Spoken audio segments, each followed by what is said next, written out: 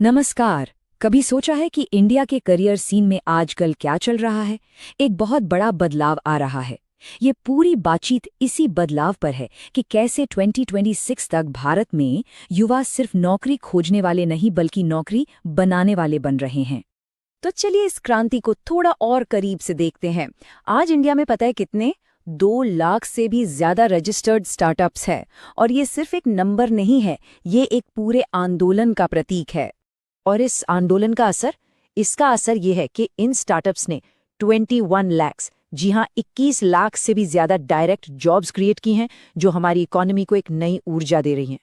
लेकिन एक बात समझना बहुत जरूरी है, ये सिर्फ नंबरों की बात नहीं है, ये तो हमारी सोच, हमारी मानसिकता में एक बहुत बड़े बदलाव का इशारा है। तो इस पूरे बदलाव को समझने के लिए हम 5 हिस्सों में बात करेंगे। पहले देखेंगे कि इंडिया की ये स्टार्टअप क्रांति है क्या। फिर बात करेंगे 2 अलग अलग माइंडसेट्स की।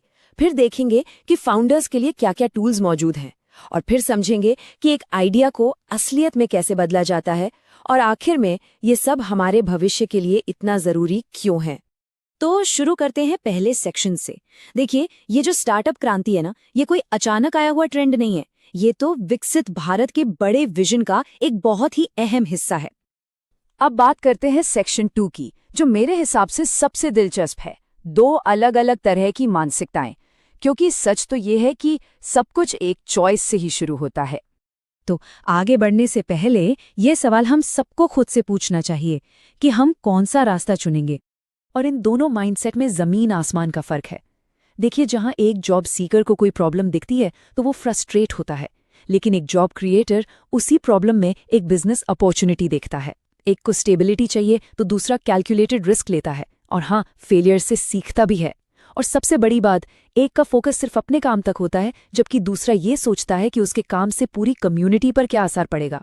तो अब सवाल उठता है कि ये सब होगा कैसे। तो चलिए सेक्शन 3 में देखते हैं। और अच्छी खबर ये है कि अगर किसी के मन में एक फाउंडर बनने का सपना है तो वो अकेला नहीं है। उसके लिए एक जबरदस्त सपोर्ट इकोसिस्टम तैयार किया गया है।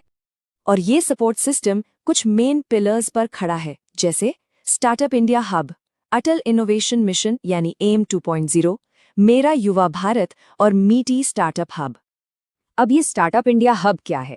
इसे आप एक नॉलेज बैंक समझिए। एक ही जगह पर आपको मुफ्त कानूनी मदद, जरूरी टेम्पलेट्स और मार्ग प्लेटफॉर्म के जरिए बढ़िया मेंटरशिप भी मिल जाती है। फिर आता है अटल इनोवेशन मिशन या एम। ये नीति आयोग की एक कमाल की पहल है, जो बच्चों में स्कूल लेवल से ही इनोवेशन का बीज बोती है, 10,000 से ज्यादा लैब्स के साथ। और फिर यूनिवर्सिटी लेवल पर उनके आइडियाज को मार्केट तक पहुंचाने में मदद करती है।